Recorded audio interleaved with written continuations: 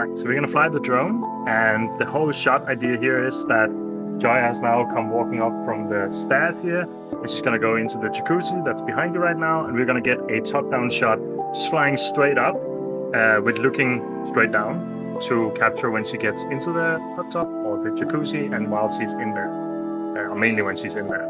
So it's a pretty simple shot today. We're basically just panning up slowly, shooting in 60 frames, and yeah, just having a nice wide-on view as we go on. All right, so we have the top-down shot here, and I think we can go much lower than this, maybe a little bit. The idea is Joya comes walking out here, and then she gets in the top, and I'm just slowly flying up. We're shooting in 60 frames per second, 4K, D-Log-M, and right now I have just exposed to 0 exposure. Normally we do 0.3, but right now it fits with 1/120 without an ND filter, so that's just how we're gonna do it. So now we're just gonna slowly fly up while Joya is getting in the top, and then you see that, and then maybe fly quite high up so we have the view of the whole thing. So that's what we're gonna get, and you'll see this shot on the screen now.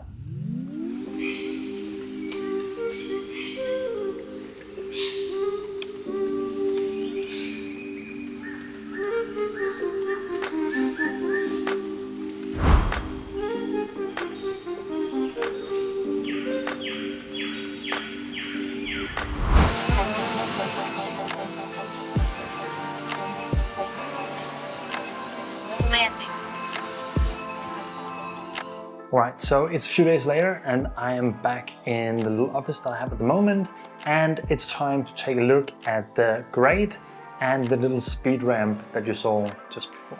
So the first part, we're going to do the grading. We're going to keep it super simple in the shot. I'm just going to talk you through the settings that I used to convert it from D-Log-M and how I graded this particular shot with my LUT and some other corrections around it. And then I'm just going to show you the simple technique that I used for the speed ramp. So let's jump into DaVinci Resolve and have a look at it. All right, so we're inside the color page, and all I've done is import the clip, convert it to 30 frames because we shot it in 60, as shown in the beginning.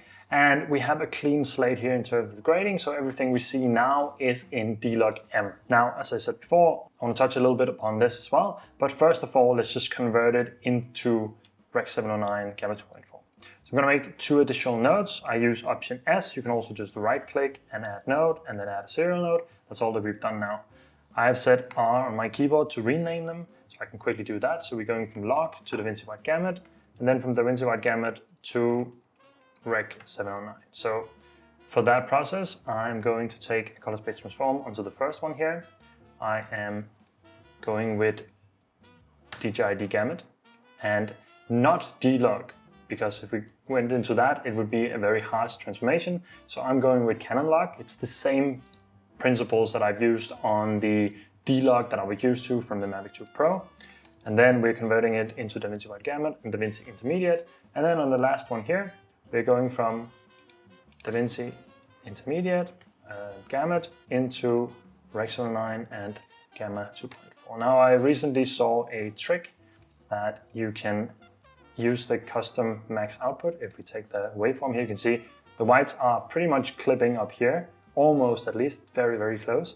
If you take the maximum output here and we crank that all the way up to 1000 nits, we can actually lower it a little bit and not necessarily retain information. If it's already clipped, it's already clipped, but we can just lower them a little bit and retain more information in the highlights here within the image. So that's a better starting point. I've started doing that as input here, and thanks for that tip, whoever sent that in a comment on one of my videos. Aside from that, this is the good starting base. So we're working inside of the DaVinci Wide Gamut. If you don't want to do that, you could just add DJI D-Gamut and Canon Log in here in the parameters, and then Rec. 709 Gamma 2.4 or Rec. 709A if you want to go that way, and then have that as the end node. I like to work within DaVinci Wide Gamut, which also means that my color management in here is set to DaVinci Wide Gamut Intermediate and Rec. 709 Gamma 2.4, and then I manage the color settings inside of my timeline. So I'm going to make additional 2 nodes here. This is where I'm going to use my LUT.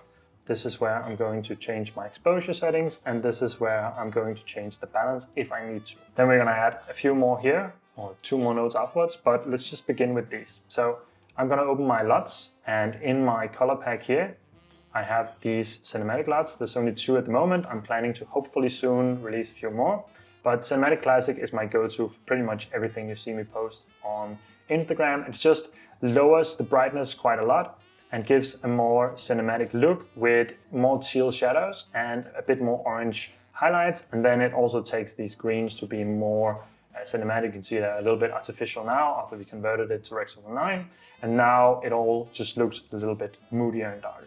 Now, I want to make sure that the exposure is good, so I might just want to go into the tone curve here and take somewhere around the middle and just push up the mid-tones here a little bit, and then maybe just the highlights or the shadows a little bit as well, just to brighten up the shot a little bit. And I think that was too much, so I'm just going back a little bit. You can see on the waveform here, just pushing it up a little bit more. I think that looks a little bit better.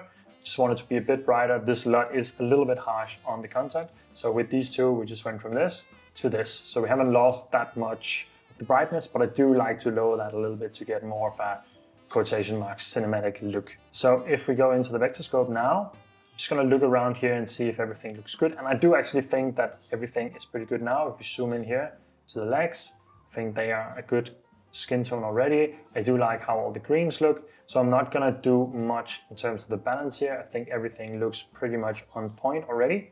So the Mini 4 Pro did a really good job with the white balance. Now I might in the future set this to just 5600 Kelvin if you're shooting during the day, and adjust it if you're shooting in the morning or evening.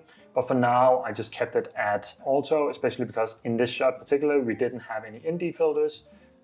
It wasn't needed for this shot as you saw in the beginning, but for the future, that's definitely something we're gonna need. Since I don't want to change any more of the colors, I'm not normally would have a curves node here where I could go in and balance the hues a little bit with the hue versus hue and hue versus saturation. But I do like how the tones are looking after applying the LUT, so I'm just gonna keep them alone, but otherwise I would adjust it in here. So instead, I'm going to add in outside node, and then I'm going to say inside and outside here. And with that, I just want to create a little bit more focus in the middle here.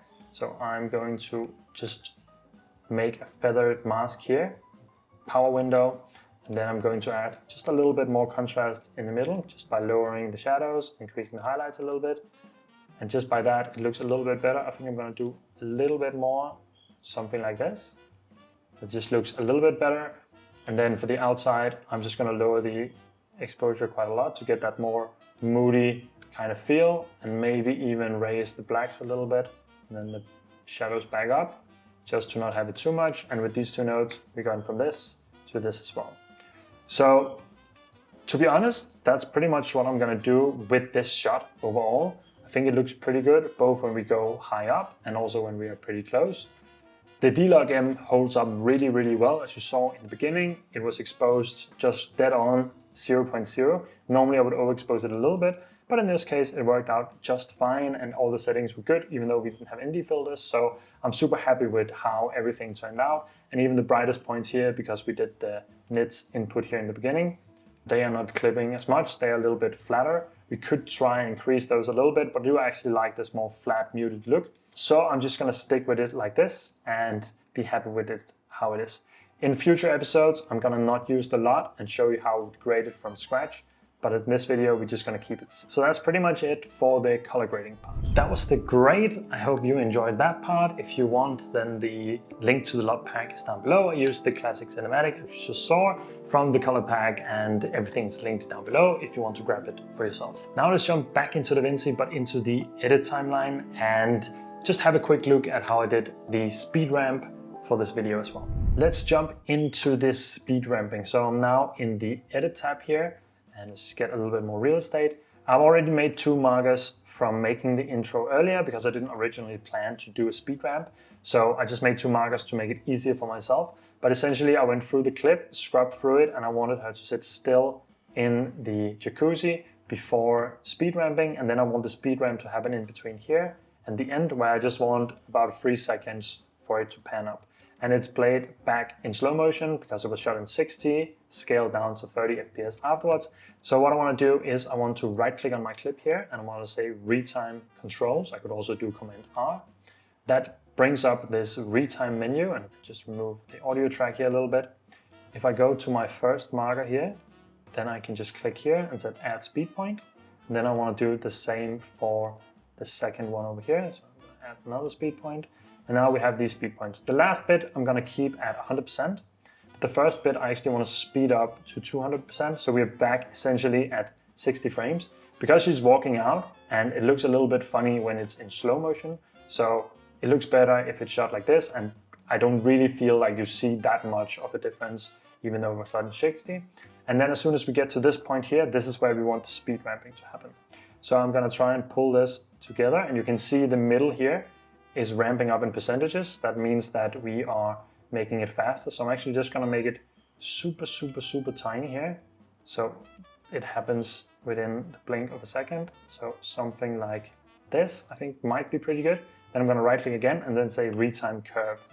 Now in the retime curve here, I want to click on each of these nodes and just make sure that we can balance it out. And then I actually want it to be a bit more soft at the end and a bit harsher at the beginning. So I want it to speed ramp very fast up and then smoothen out at the end a little bit more, something like this. I know there's a lot of other techniques to do this. This is just how I chose to do it simply for this tutorial. So if we play back the clip now, it should look something like this in normal speed or normal tempo as we saw in real life. Slowly going up, sitting down in the bathtub, and then in a second we should see that it just speeds up. Maybe this was even a little bit too fast, so we can just add maybe a little bit back here, see if that was better. I think one more. I think that's pretty good. Now, one last thing that we're gonna do is that it looks a little bit static this way, so I'm just gonna hide these controls here. Actually, I'm gonna take back the retime control so I can see what this is. I'm gonna head into effects and into effects here, take an adjustment clip. Then I'm gonna zoom in a little bit, and then I'm gonna go to the first marker here, about the first marker, and I'm gonna go 5 frames backwards. That's where I'm gonna align the adjustment clip, and then 5 frames forward at the end. 5, and that's where I'm gonna end the adjustment clip.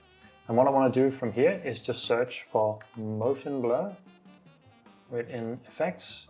And then we're just going to add motion blur here. I'm not an expert in this, but what I did this time was just crank up the motion blur, go in both directions and crank up this as well. And that just gives us a little bit more motion blur when it's zooming out like this. Add a sound effect and it looks pretty good. So that was just a quick way of showing you how I did the speed ramp itself. It's nothing magical or mumbo jumbo. This is a very simple way of doing it, and I haven't done many speed ramps in my life, so I just had fun doing it this tutorial.